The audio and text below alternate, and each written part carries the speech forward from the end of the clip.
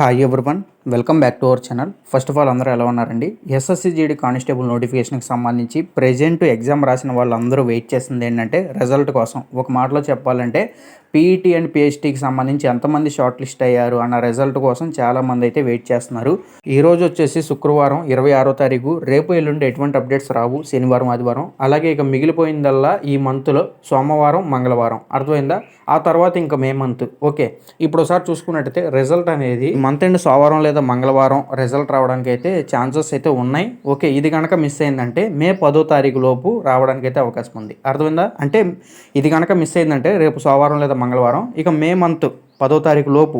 అర్థమైందా? ఇక result release చేయడానికి అయితే అవకాశం ఉంది. ఇంకో విషయం ఏంటంటే చాలామంది మీలో రిజల్ట్ వచ్చిన తర్వాత రన్నింగ్ స్టార్ట్ చేద్దాం, అప్పుడు రన్నింగ్ స్టార్ట్ చేసుకుందాం అనుకున్న వాళ్ళు చాలామంది ఉన్నారు. ఎందుకంటే నేను క్వాలిఫై అవుతానో లేదో ఇప్పుడు నుంచి రన్నింగ్ చేసుకుని అనవసరం అనేమో క్యాండిడేట్ చాలా ఉన్నారు. మీకు ఫర్ ఎగ్జాంపుల్గా ఒక ఎగ్జాంపుల్ చెప్తా చూడండి. నాకు తెలిసిన ఒక ఫ్రెండ్ అయితే ఉన్నాడు. అతను ఏంటంటే ఈస్ట్ గోదావరి డిస్టిక్. అతను ఏంటంటే 2021 రిక్రూట్మెంట్లో ఎస్ఐజీడీ కానిస్టేబుల్ ఎగ్జామ్ అయితే రాశాడు. తర్వాత ఎగ్జామ్ రాసిన తర్వాత కీ రిలీజ్ అయింది కదా, ఆ కీ చూసుకున్నాడు, చాలా తక్కువ మార్కులు వచ్చినాయి. సో ఏంటంటే ఇక నా కట్ ఆఫ్కి ఫైనల్లో కూడా ఏమి జాబ్ రాదేమో, ఇక ఫిజికల్కే షార్ట్ లిస్ట్ అవుతాను లేదో అనుకున్నాడు. మొత్తానికి ఏంటంటే ప్రాక్టీస్ అవ్వలేదండి. రిజల్ట్ వచ్చేసింది. రిజల్ట్ చూసుకున్నట్టయితే మనోడు సెలెక్ట్ అయ్యాడు. ఓకే, షార్ట్ లిస్ట్ అయ్యాడు పీటీ అండ్ పిహెచ్టీకి.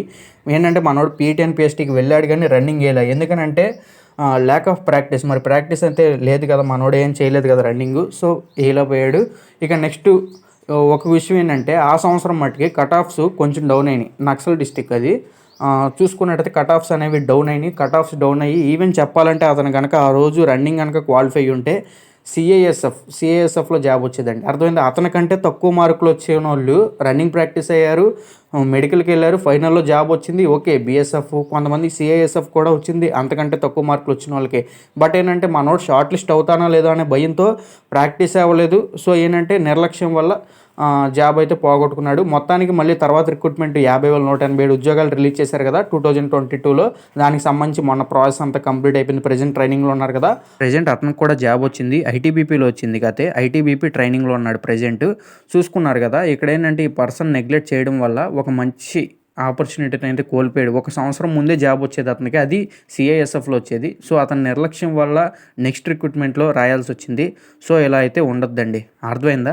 ఓకే, రిజల్ట్ గురించి అయితే చెప్పే కదా మీకు అయితే కనుక ఈ యొక్క మండే లేదా ట్యూస్డే రావడానికి అయితే ఛాన్స్ ఉంది, ఏప్రిల్ లాస్ట్ వీక్ అనుకుంటే. లేదు అనుకుంటే ఇక మే 10వ తారీఖు లోపు రిజల్ట్ అయితే వస్తాయి.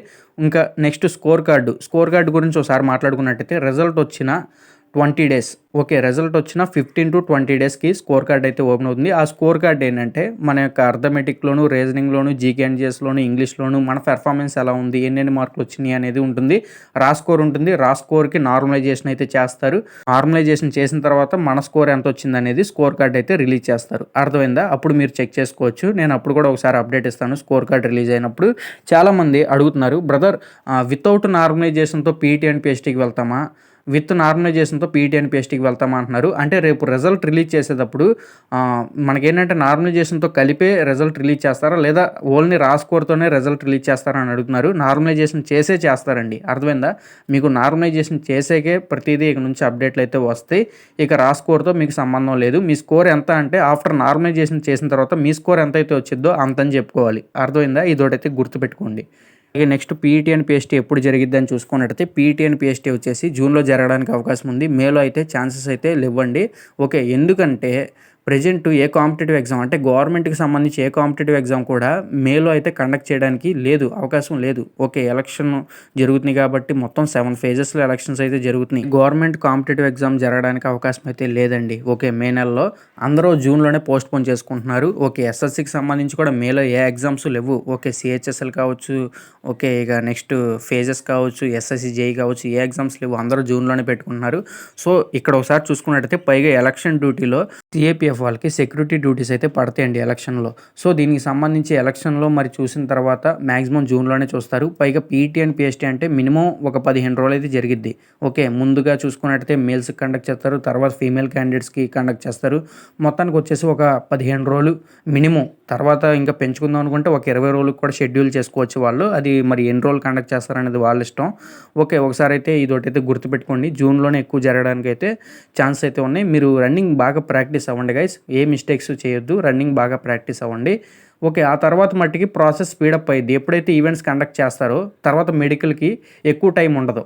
ఓకే. ఎందుకనంటే ఆగస్ట్‌లో ఇంకో నోటిఫికేషన్ ఉంది కదా! ఆగస్టు 29న ఎస్ఎస్‌సి జీడీ కానిస్టేబుల్‌కి సంబంధించి మరొక నోటిఫికేషన్ రిలీజ్ అవుతుంది. సో, ఆ నోటిఫికేషన్ రిలీజ్ చేయాలంటే ముందుగా అసలు ప్రాసెస్‌లో ఉన్న నోటిఫికేషన్ అయితే కంప్లీట్ చేసుకోవాలిగా. సో, ఆ లెక్క ప్రకారం చూసుకున్నట్టయితే మీకు ఫిజికల్ అయిన తర్వాత కొంచెం తక్కువ టైమే ఉంటుంది. మెడికల్‌కి ఎక్కువ టైం అయితే ఉండదు.